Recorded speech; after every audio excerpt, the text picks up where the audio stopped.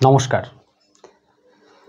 আমরা ফলিত জ্যোতিষের পাঠ তো পড়ছি, তার সাথে সাথে আমরা বিভিন্ন রকম অন্যান্য যে প্লেলিস্ট, অন্যান্য পাঠগুলো যেটা ক্রম অনুসারে পড়ছি সেটাও জানছি আমরা। যেমন ধরুন ম্যাথমেটিক অ্যাস্ট্রোলজি, কুণ্ডলী বিশ্লেষণ মানে কুষ্ঠি বিচার কীভাবে করতে হয় সেটার প্র্যাকটিস পাঠ, ভাবার্থ রত্নাকর, এরকম বিভিন্ন রকম প্লেলিস্ট আমাদের চলছে এবং প্রত্যেকটা ক্রম সংখ্যা অনুযায়ী চলছে। ক্রম সংখ্যা অনুযায়ী আপনি যদি পড়েন তাহলে বেশি লাভবান হবেন। এবং আজকে একটা নতুন প্লেলিস্ট তৈরি করলাম, নতুন একটা অধ্যায় তৈরি করলাম, সেটা হলো দশাফল প্লেলিস্ট নতুন, এবং দশাফল 1। আমরা তো কুষ্ঠি প্র্যাকটিস সেই ভাগটা পড়ছি, 5টা অধ্যায় সেখানে ছেড়ে দিয়েছি। সেখানে আমরা ফলকথন কিভাবে বলতে হয় সেটা জানছি, এবং সেখানে দেখা যাচ্ছে যখন আপনি ফলকথন বলতে শিখছেন, আপনি যখন অপর ব্যক্তিকে কোনো কিছু বলবেন তখন সেই ব্যক্তিটা বলবে এই যে ফলটা, এই ফলটা কোন সময় পাবো, এই যে ফলটা কোন সময় পাবো, বা আপনি যখন কোনো কথা বলছেন এই সময় আপনার একটা ভালো সময় রয়েছে বা এই সময় এই খারাপ সময়টা রয়েছে, তখন এই যে সময়কাল, এই সময়কালটা জানার জন্য, বা আপনার পত্রিকায় এই এই জিনিস রয়েছে সেই জিনিসগুলো কবে পাবো, সেই জিনিসগুলো জানার জন্য কিন্তু দশা জানা দরকার, দশা ফল জানা দরকার। সেই জন্যই কিন্তু আজকে দশা আপনাদের সামনে উপস্থিত করলাম, দশাফল 1। এবং এখানে দেখতে পাচ্ছেন আমি শ্লোক লিখে রেখেছি। পরবর্তীকালে যে দশাফল 2, 3 যে পাঠগুলো আনবো পরবর্তীকালে, সেখানে হয়তো আমি শ্লোক লিখবো না, কারণ শ্লোক লিখলে অনেকে বুঝতে পারেন না, ভিডিও লম্বা হয়ে যায়, বুঝতে অসুবিধা হয় শ্লোকের ভাষা। কিন্তু তবুও আমি শ্লোক আনি মাঝে মাঝে এই কারণেই, কারণ আমি এটাই আপনাদের বলতে চাই যে আমি কোনো কিছু মন গড়া কথা আপনাদের বলছি না। সব কিছু কি যেটা মানে শাস্ত্রে লেখা রয়েছে, পরাশর শাস্ত্র বা অন্যান্য শাস্ত্রে জ্যোতিষ গ্রন্থে লেখা রয়েছে, সেটাই আমি আপনাদের সামনে তুলে ধরছি, এটাই আপনাদেরকে আমি বোঝাতে চাইছি। তো যাই হোক, এখন দশা কেন জরুরি সেটা আপনারা বুঝতে পারছেন, যে দশা ফল না জানলে কোন ঘটনা কোন সময় হবে সেটা আপনি বুঝতে পারবেন না, তাই না? সুতরাং দশা ফলটা জানা অত্যন্ত জরুরি। তাই ভিডিওটা পুরোটা দেখুন, ভালোভাবে দেখুন, বুঝতে পারবেন। যদি পুরোটা না দেখেন বুঝতে কিন্তু অসুবিধা হতে পারে। তো এখন মহর্ষি পরাশর টোটাল 42 রকম দশার কথা বলেছেন। এই 42 রকম দশার মধ্যে মেন যে দশাটাকে প্রাধান্য দেওয়া হয়েছে সেটা হলো বিংশোত্তরী দশা। সেটাকে বলা হচ্ছে বিংশোত্তরী দশা, বিংশোত্তরী মহাদশা, এটা ঠিক আছে। এই মহাদশার ফল টোটাল 120 বছরের হয়। ষোড়শোত্তরী দশা আছে, অষ্টোত্তরী দশা আছে, কিন্তু বিংশোত্তরী দশা কলিযুগে বেশি ফলপ্রদ হয়। এইটার উপরেই ধ্যান দেওয়া, এটার উপর সব কিছু ফল কথন সব কিছু ঠিকঠাক হয়। তো এইটা চলে 120 বছর। আপনারা জানেন যে রবির 6 বছরের দশা, চন্দ্রের 10 বছরের দশা, মঙ্গলের 7 বছরের, শুক্রের 20 বছর, এরকমভাবে প্রত্যেকটা গ্রহের, এমনকি রাহু কেতুরও দশা এরকম চলতে চলতে যখন সব গ্রহের দশা শেষ হয়ে যায় মহাদশা, তখন কিন্তু 120 বছর কমপ্লিট হয়। এবং ম্যাক্স টু ম্যাক্স 120 বছর রাখা হয়েছে এই কারণেই, কারণ 120 বছর পর্যন্তই একটা মানুষ, তার থেকে কম সময়ের মধ্যেই একটা মানুষ কিন্তু তার জীবনকাল চলে।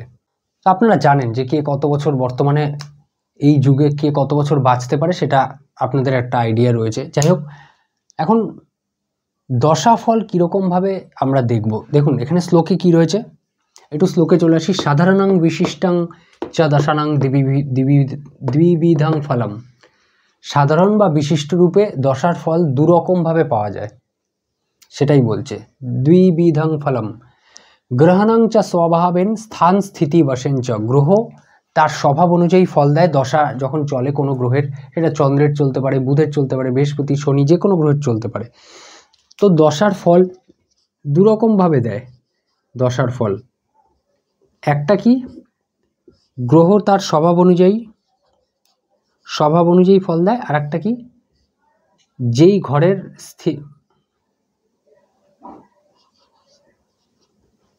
স্থিতি বা ভাব ফল যাকে বলে, যেটা তাৎকালিকভাবে বলতে পারেন, তাৎকালিক ফল। স্বভাব মানে কারকত্ব ধরতে পারেন। তার মানে ধরুন কোনো গ্রহের দশা চলছে, সেই গ্রহের যা যা কারকত্ব রয়েছে, গ্রহের কারকত্ব সম্পর্কে আমি পড়িয়েছি, কোন গ্রহের কি কি কারকত্ব, কোন গ্রহের থেকে কি কি দেখা হয়। সেই যে যখন কোনো গ্রহের দশা চলবে, সেই গ্রহের কারকত্ব অনুযায়ী ফল দেবে, এবং সেই গ্রহ তাৎকালিকভাবে লগ্ন অনুযায়ী যেই ঘরের অধিপতি সেই ঘরেরও ফল দেবে। অর্থাৎ ধরুন কোনো জাতক বা জাতিকা যদি মেষ লগ্নের জাতক বা জাতিকা হয় এবং তার মঙ্গলের দশা চলছে, তাহলে মঙ্গলের কারকত্বের ফল তো পাবে দশার সময়, এবং তার সাথে সে লগ্ন এবং অষ্টমের ফল পাবে, কারণ লগ্নপতি এবং অষ্টমপতি মঙ্গল মেষ লগ্নে, তাই তো? তাহলে লগ্ন এবং অষ্টমের ফলও কিন্তু সে পাবে। এইভাবে বৃহস্পতি, শুক্র, শনি প্রত্যেকটা গ্রহই এইভাবে কিন্তু লগ্ন অনুযায়ী তার কারকত্বের ফল দেবে, প্লাস সে যেই ঘরের অধিপতি সেখানকারও ফল দেবে। এইভাবে কিন্তু আপনারা, আশা করি আপনাদের বোঝাতে পারলাম। তো এরপরে কি বলছে, গ্রহ বীর্যানুসারেণ ফলং জ্ঞেয়ং দশাসু চ। এখন গ্রহ বীর্যানুসারেণ মানে তার শক্তি অনুযায়ী, এখানে বীর্যানুসারেণ মানে বলছে তার শক্তি বলাবল অনুযায়ী তার ফল দেবে। ফলাফল কতটা প্রবল হবে, কতটা শক্তিশালী হবে, সেটা তার বলাবলের উপর নির্ভর করছে। তো গ্রহ বীর্যানুসারেণ ফলং জ্ঞেয়ং দশাসু চ। এবং বলছে কি আদ্য দৃক্কানগে খেটে দশারম্ভে ফলম বদেত। এইবার ফল, ধরুন একটা গ্রহের শুক্রের 20 বছরের দশা, রবির 6 বছরের দশা, মহাদশা যেটা, তাহলে কোনো খারাপ সময় মানে কোনো খারাপ গ্রহের দশা চললে বা পুরো মানে কোনো ভালো গ্রহের দশা চললে সেই যত বছর তার দশা চলবে সেই সময় ধরে কি সেই খারাপ ফলটা বা ভালো ফলটা পাবে? না, সেরকম পাবে না। তো কোন সময় পাবে সেটা বলছে যে আদ্য দৃক্কানগে। দৃক্কানে প্রথম, আদ্য মানে আদি এবং অন্ত, এই কথাটা আমরা শুনেছি, আদি অন্ত। আদি মানে প্রথম দৃক্কানে থাকলে আদ্য দৃক্কানে গিয়ে খেটে দশারম্ভে ফলং ভবেত। খেটে মানে গ্রহের কথা বলেছে। এখন আদ্য দৃক্কানে মানে প্রথম দৃক্কানে যদি থাকে গ্রহ। এখন দৃক্কান ব্যাপারটা আপনাকে বুঝতে হবে। দৃক্কানটা কি? দৃক্কান হলো, ধরুন একটা রাশির মান 30 ডিগ্রি, এটা আমরা জানি। একটা রাশির মান 30 ডিগ্রি, এই রাশিকে 3 দিয়ে ভাগ করতে হবে।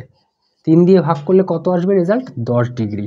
তাহলে প্রথম 10 ডিগ্রি, প্রথম যে 0 থেকে 10 ডিগ্রি আসলো সেটা হলো প্রথম দৃক্কান, 30 ডিগ্রির মধ্যে। এবং 10 ডিগ্রি থেকে 20 ডিগ্রি পর্যন্ত যেটা আসলো সেটা দ্বিতীয় দৃক্কান, এবং 20 ডিগ্রি থেকে 30 ডিগ্রি পর্যন্ত সেটাকে বলা হচ্ছে তৃতীয় দৃক্কান। এখন আপনাকে দেখতে হবে গ্রহ কোন দৃক্কানে রয়েছে। 0 থেকে 10 ডিগ্রির মধ্যে রয়েছে, নাকি 10 থেকে 20 ডিগ্রির মধ্যে রয়েছে, নাকি 20 থেকে 30 ডিগ্রির মধ্যে রয়েছে। গ্রহ যেখানে রয়েছে, যদি 0 থেকে 10 ডিগ্রির মধ্যে থাকে তাহলে প্রথম দৃক্কান, যদি 10 ডিগ্রি প্লাস থেকে 20 ডিগ্রির মধ্যে থাকে তাহলে দ্বিতীয় দৃক্কান, এবং 20 ডিগ্রি প্লাস থেকে 30 ডিগ্রির মধ্যে থাকে তাহলে তৃতীয় দৃক্কান। এখন আদ্য দৃক্কানে গিয়ে যদি প্রথম দৃক্কান, শুরুর দৃক্কানে থাকে 0 থেকে 10 ডিগ্রির মধ্যে, খেটে মানে গ্রহের কথা বলা হয়েছে দশারম্ভে ফলং ভবেত, তাহলে দশার শুরুতেই ফল প্রাপ্ত হবে। এখন ধরুন রবির দশা চলছে, রবির দশা ক বছরের? 6 বছরের। এখন 6 বছরের মধ্যে 3টে দৃক্কান মানে 3 ভাগে ভাগ করা হয়েছে, তাহলে 6 বছরের মধ্যে 3 ভাগে ভাগ করা হলে তাহলে এক একটা দৃক্কানে 2 বছর করে ফল পাবে, এটাই বুঝতে পারছেন। তাহলে রবির দশাকালে ধরুন প্রথম 0 থেকে 10 ডিগ্রির মধ্যে রয়েছে রবি, তাহলে প্রথম দৃক্কানে থাকার কারণে প্রথম আদ্য দৃক্কানে গিয়ে প্রথম যে 2 বছর হবে 6 বছরের মধ্যে 3 ভাগে ভাগ করলে 2 বছর করে হচ্ছে, তাহলে প্রথম 2 বছরের মধ্যেই সে ফল পেয়ে যাবে। যদি 10 ডিগ্রি থেকে 20 ডিগ্রির মধ্যে থাকে রবি বা যে কোনো গ্রহ, তাহলে দ্বিতীয় যে, যেমন রবির 6 বছরের দশা, মঙ্গলের 7 বছরের, সেরকম 3 ভাগে ভাগ করলে দ্বিতীয় যে ভাগটা হবে, যদি দ্বিতীয় দৃক্কানে থাকে তাহলে দ্বিতীয় ভাগে সেই ফলটা পাবে সেই বছর।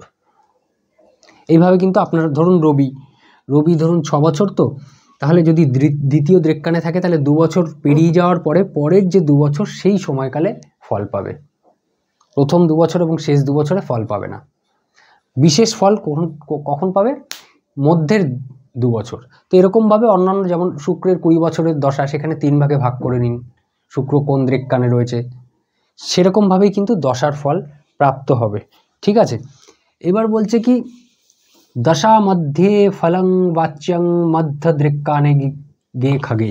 যদি দশা মধ্যে ফল পাবে যদি মধ্য দৃক্কানে থাকে, মানে দ্বিতীয় দৃক্কানে থাকে গ্রহ, তৃতীয় দ্রেক্কানে থাকলে মানে 20 ডিগ্রি থেকে 30 ডিগ্রির মধ্যে যদি থাকে, 10 ডিগ্রি প্লাস থেকে 20 ডিগ্রির মধ্যে যদি থাকে, তাহলে দ্বিতীয় দ্রেক্কানে থাকলে তাহলে দশা মধ্যে ফলং বাচ্চং, মধ্যভাগে ফল পাবে। মধ্য দ্রেক্কানে গিয়ে খাগে, যদি মধ্য দ্রেক্কানে মানে দ্বিতীয় দ্রেক্কানে থাকে। এরপরে কি বলছে, অন্তে ফলং তৃতীয়াস্থে, যদি শেষ দ্রেক্কানে থাকে অর্থাৎ 20 ডিগ্রি প্লাস থেকে 30 ডিগ্রির মধ্যে থাকে, তাহলে শেষ যে বছরটা হবে 3 ভাগে, বছরকে মানে গ্রহের যে দশাকাল সেই বছরটাকে 3 ভাগে ভাগ করলে, দ্রেক্কান তো 3 ভাগে ভাগ হয়, 3টে দ্রেক্কান, প্রথম দ্রেক্কান, দ্বিতীয় দ্রেক্কান, তৃতীয় দ্রেক্কান। 0 থেকে 10 ডিগ্রি, দ্বিতীয় দ্রেক্কান মানে 20 ডিগ্রি 10 ডিগ্রি প্লাস থেকে 20 ডিগ্রি, এবং তৃতীয় দ্রেক্কান মানে 20 ডিগ্রি থেকে 30 ডিগ্রি। যেহেতু 3টে দ্রেক্কানে ভাগ রয়েছে, তাই গ্রহের যে দশাকাল সেটাকে 3 ভাগে ভাগ করে দেবেন। যেই দ্রেক্কানে থাকবে সেই বছরের সেই মধ্যের দশার, ধরুন কোনো গ্রহের 12 বছরের দশা আমি ধরে নিচ্ছি ফর এক্সাম্পল, আপনি ধরে নিন, তাহলে 12 বছরকে 3 ভাগে ভাগ করলে কত হচ্ছে, 4 বছর করে হচ্ছে। তাহলে যদি কোনো গ্রহ মধ্য দ্রেক্কানে থাকে, তাহলে প্রথম 4 বছর পেরিয়ে যাওয়ার পরে পরের যে 4 বছর সেই 4 বছরে বিশেষ ফল পাবে, এবং শেষের এবং প্রথমের 4 বছরে বিশেষ ফল পাবে না। এরকমভাবে আপনাকে বুঝতে হবে।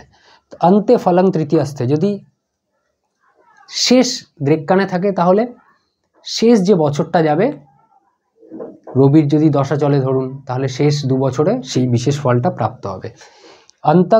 অন্তে ফলং তৃতীয়াস্থে ব্যস্তং খেটে চ বক্রগে, যদি গ্রহ বক্রী থাকে সেক্ষেত্রে যে ফল পাওয়ার যে সময়কালটা সেটা উল্টো হয়ে যাবে। অর্থাৎ যদি বক্রী অবস্থায় কোনো গ্রহ 0 থেকে 10 ডিগ্রির মধ্যে থাকে, তাহলে শেষ দশার শেষে ফল পাবে। যদি 10 ডিগ্রি থেকে 20 ডিগ্রির মধ্যে থাকে, তাহলে মধ্যভাগেই, এটা কোনো চেঞ্জেস হবে না, এটা মধ্যভাগেই ফল পাবে যদি বক্রী থাকে গ্রহ। আর যদি 20 ডিগ্রি থেকে 30 ডিগ্রির মধ্যে থাকে, তাহলে দশার প্রথমে ফল পাবে।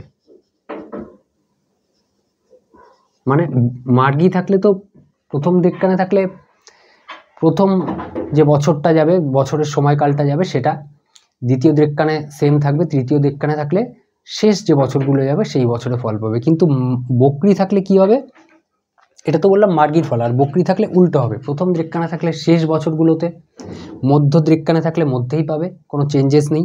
আর থার্ড দ্রেক্কানে থাকলে যদি বক্রী থাকে, তাহলে প্রথম যে বছরগুলো যাবে সেই বছরগুলোতেই ফল প্রাপ্ত হবে। আশা করি আপনাদের বোঝাতে পারলাম। যদি কোনো জায়গায় বুঝতে অসুবিধা হয় আপনারা কমেন্ট করতে পারেন, কমেন্টে আমি রিপ্লাই দেওয়ার চেষ্টা করব, একটু দেরি হলেও আমি রিপ্লাই দেওয়ার চেষ্টা করব, ঠিক আছে? যাই হোক, ভিডিও ভালো লাগলে অবশ্যই লাইক করুন, চ্যানেল সাবস্ক্রাইব এখনও না করে থাকলে অবশ্যই চ্যানেলটা সাবস্ক্রাইব করুন। দেখা হবে পরের ভিডিওতে। ভালো থাকুন, সুস্থ থাকুন, নমস্কার।